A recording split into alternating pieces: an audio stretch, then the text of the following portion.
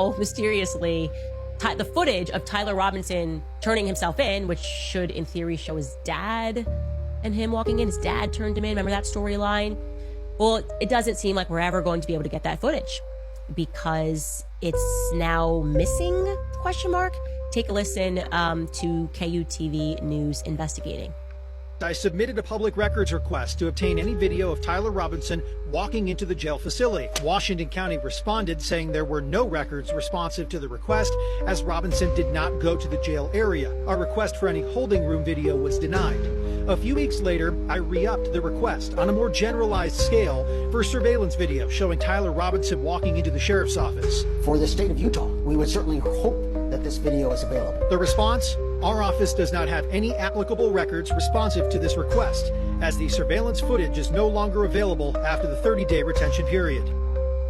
The first thing you need to understand is that this story isn't just changing, it's evolving. And every hour that passes pulls us further away from certainty and deeper into questions that no one in authority seems prepared to answer. What you're about to hear is the latest, most carefully verified outline of a case that has gripped the country. And tonight, new details are turning heads in ways investigators never expected. Charlie Kirk, a national figure who sparked heated debates on every stage he stepped onto, was shot in bright daylight at a public gathering in Utah. The gunshot that ended his life echoed across a crowd that had gathered for nothing more complicated than a midday rally. And yet somehow, in all that daylight, in all that visibility, in front of cameras, security, and hundreds of witnesses, we still don't have a clear, unchallenged answer to the simplest question: who pulled the trigger? Authorities named Tyler Robinson, a 22-year-old attendee from the nearby area, within hours, a name that, according to many, felt selected far too quickly for an investigation that should have taken days, even weeks, to piece together. And if you're watching right now, you're likely aware that public sentiment has shifted. A growing number of people believe Tyler didn't take the shot. Others say he couldn't have, given the gaps that keep resurfacing. Tonight, we walk through those gaps, calmly, carefully, and we ask the questions law enforcement still can't answer. Stick with me, and if you want updates as they come out, I'd recommend subscribing or turning on notifications. This case is changing in real time. Let's begin with what should have been the most straightforward part: the scene itself. This was not an alleyway or a dimly lit street. This was a controlled daytime environment with police presence, volunteer security, event organizers, and a long list of attendees who registered online. There were cell phones raised, live streams running, drones overhead, and media crews setting up for interviews. And yet the footage available to the public feels incomplete. That's the word that keeps resurfacing whenever people compare the official timeline to what witnesses reported. The shot that killed Charlie was described as coming from somewhere within the crowd.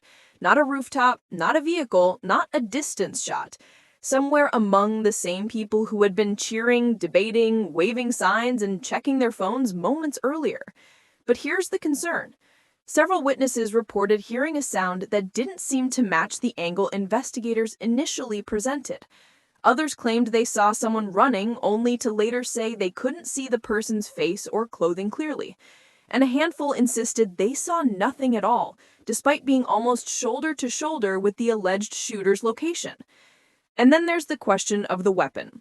Authorities declined to specify what kind of firearm was used in those first crucial hours.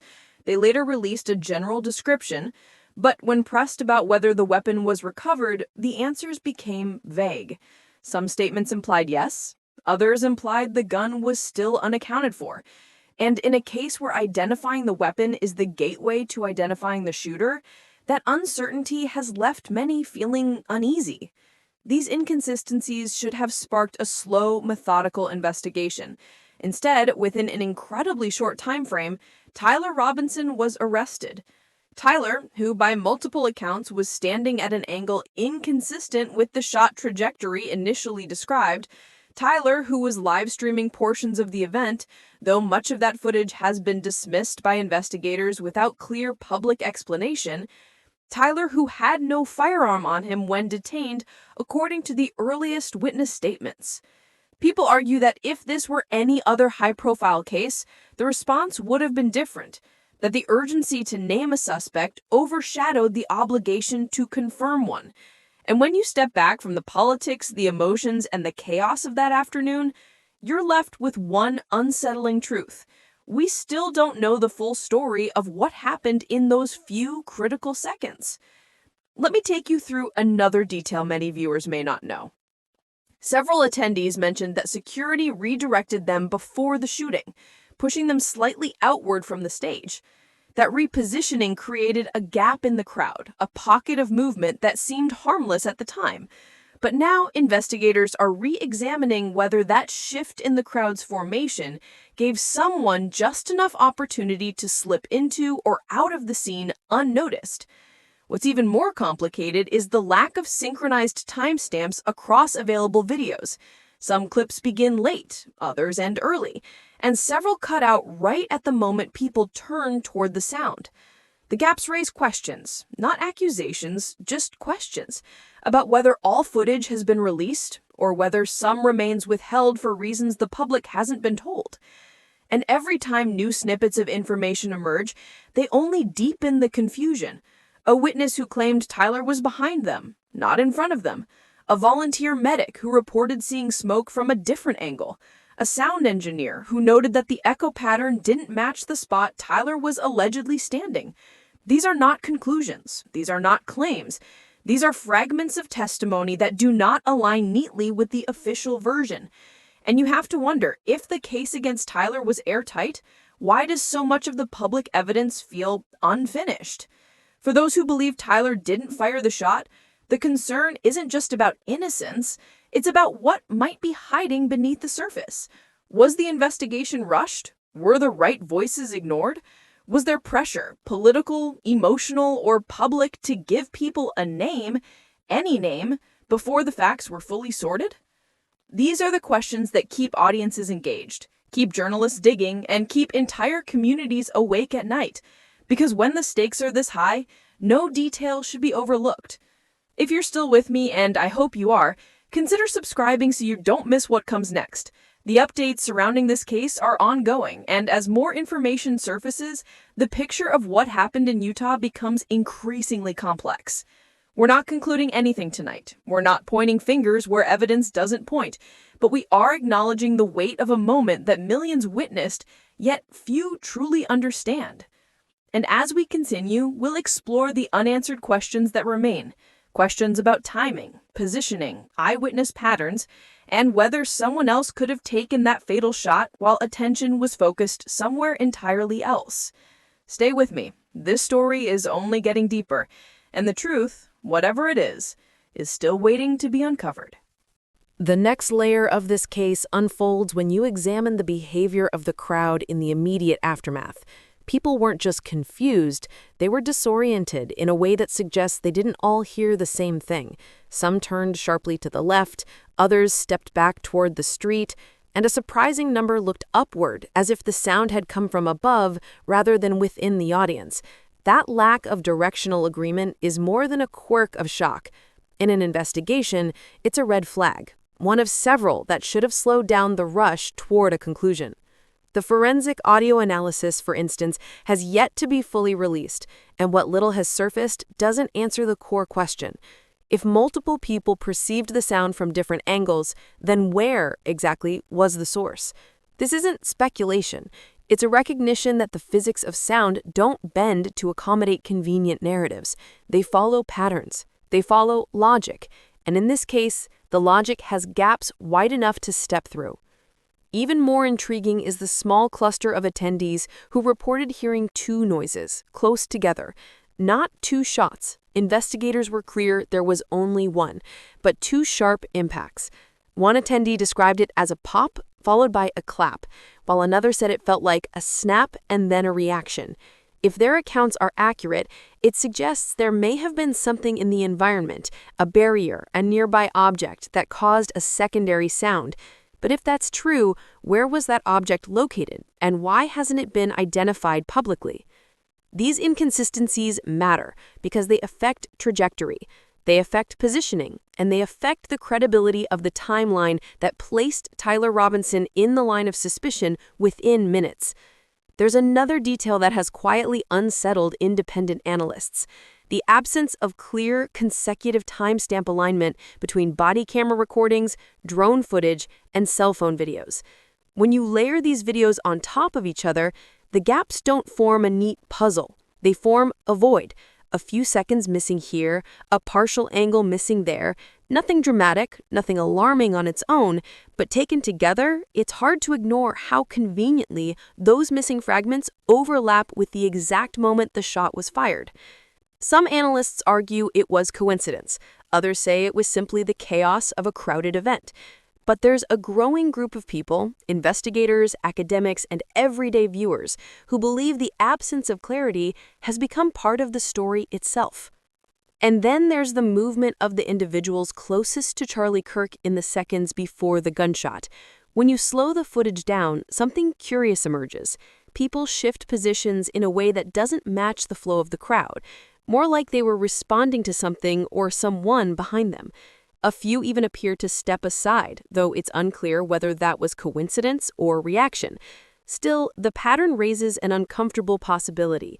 Someone may have moved in ways that weren't fully documented, or at least not publicly acknowledged.